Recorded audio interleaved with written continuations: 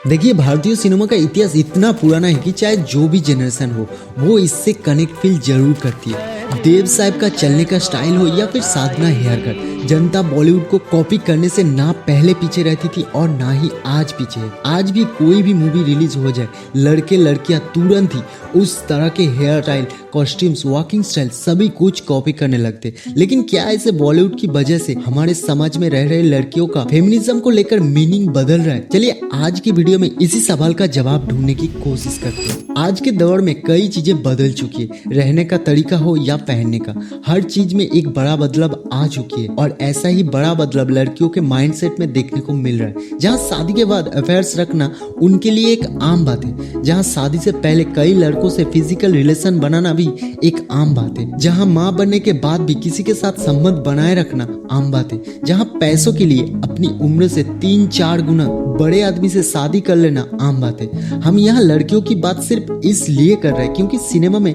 आज के दौर में लड़कियों के जिस तरह से कैरेक्टर को दिखाया जा रहा है, आज की लड़कियां उसी कैरेक्टर को सच मानकर उसकी राह पर चल निकली है। और ये डाटा वाकई हैरान कर देने वाला है। आज भारत में ये ट्रेंड काफी आम है कि शादी के बाद भी अफेयर्स रखा जाए, कई अलग अलग लोगों के साथ फिजिकल रिलेशनशिप बनाया जाए, चाहे आप एक टीनेज में ही क्यों ना हो। और ये सब सीख कहाँ से रहे हम? देखिए, मानिए या मत मानिए, ये सभी कुछ हमारे पास सिनेमा यानी कि बॉलीवुड की तरफ से आ रहा है, जहाँ पर कई ऐसी पिक्चर बन चुकी है जिनमें लड़कियों को फेमिनिज्म के नाम पर किसी और तरह का ही पार्ट पढ़ा जा रहा है और इसी पार्ट को सब पढ़ रहे हैं खुले आम। एक सर्वे में तो ये भी सामने आया कि 10 में से 7 औरत ऐसी है जो अपने पार्टनर को बस इसी वजह से चीट करती है कि वो उनके साथ घरों में काम में हाथ नहीं बटाते। सीरियसली?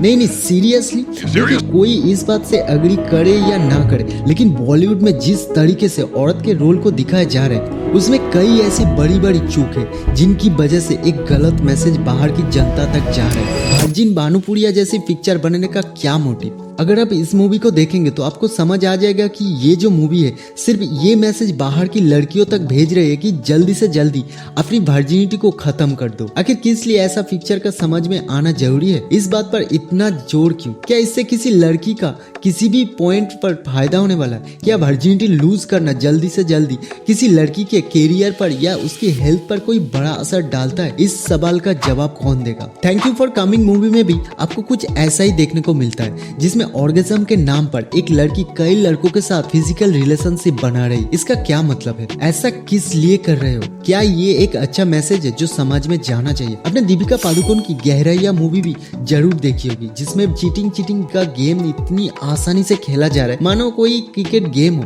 आप चाहे किसी भी रिलेशन में हो, अपने पार्टनर को चीट करना सबसे बड़ा गुनाह माना जाता है। लेकिन बॉलीवुड में आज जिस तरह के कैरेक्टर और फिल्म दिखाए जा रहे हैं उससे तो चीटिंग करना एक बेहद आम बात हो गई है। अभी हाल फिलहाल रणबीर कपूर की एनिमल मूवी भी चर्चा में, जिसमें चीटिंग फिर से एक बेहद कैजुअल सी चीज दिखाई गई है। ऐसी कई मूवी और वेब सीरीज है जिनमें फीमेल का कैरेक्टर कुछ ऐसा दिखाया गया है जिसका अपना कोई कैरेक्टर ही नहीं है। कभी भी किसी के साथ भी फिजिकल हो जाना तो मानो गुड्डे गुड़ियों का खेल है। क्या ये फेमिनिज्म है? बॉलीवुड की इस तरह की बकवास पिक्चर हमें क्या मैसेज दे रही है? कभी आपने सोचा, क्या आपने कभी ये सोचा कि अगर आपका 10-12 साल का बच्चा इस तरह का पिक्चर देखेगा या रील्स देखेगा तो उसके छोटे से दिमाग में क्या चलेगा?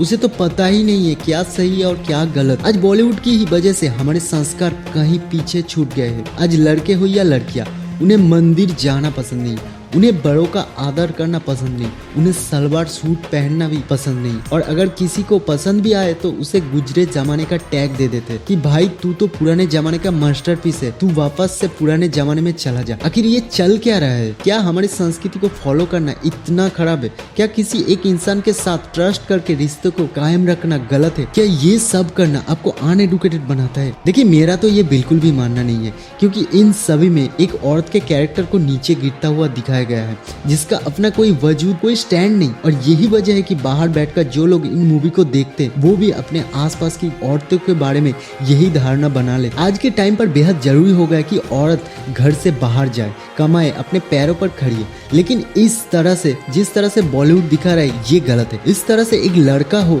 चाहे एक लड़की हो, दोनों ही कई तरह की मुसीबत में फंस सकते हैं। ऑनलाइन मीडिया के जमाने में तो रिस्क और भी ज्यादा बढ़ जाता है। इसलिए बेहद जरूरी है कि फेक फेमिनिज्म का फंदा छोड़कर बॉलीवुड कुछ ऐसी फिल्म बनाए जिसकी रियलिटी से कोई नाता और जिनका सही तरीके से संदेश लोगों तक पहुंचे, क्योंकि सिनेमा का काम लोगों को बिगाड़ना नहीं बल्कि लोगों को सुधारना है, उन्हें सही तरीके से समाज में आगे लेकर जाना है। सूरज बड़जत्या जैसे डायरेक्टर ने कई बार अपनी फिल्मों में से ये बात साबित भी की है। उनकी फिल्में फैमिली टाइज एंड वैल्यूज पर टिकी थी और उन्हें लोगों ने खूब पसंद भी किया। हम आपके है कौन, मैंने प्यार किया, हम साथ साथ है, विवाह जैसी कई मूवी है जिनमें एक औरत के कैरेक्टर को बेहद खूबसूरत तरीके से पर्दे पर पेश किया गया। क्या ये ट्रू फेमिनिज्म नहीं है? थप्पड़, क्वीन, इंग्लिश बिंग्लिश कहानी जैसी फिल्मों में क्या औरत को दिखाया गया रोल एक ट्रू फेमिनिज्म को नहीं दर्शाता, उसे सपोर्ट नहीं करता? मेरा सवाल आपसे है, आप इस बारे में क्या सोचते हैं? आपका क्या मानना है कि क्या वाकई बॉलीवुड जिस तरह से अपनी फिल्मों में हीरोइन के रोल को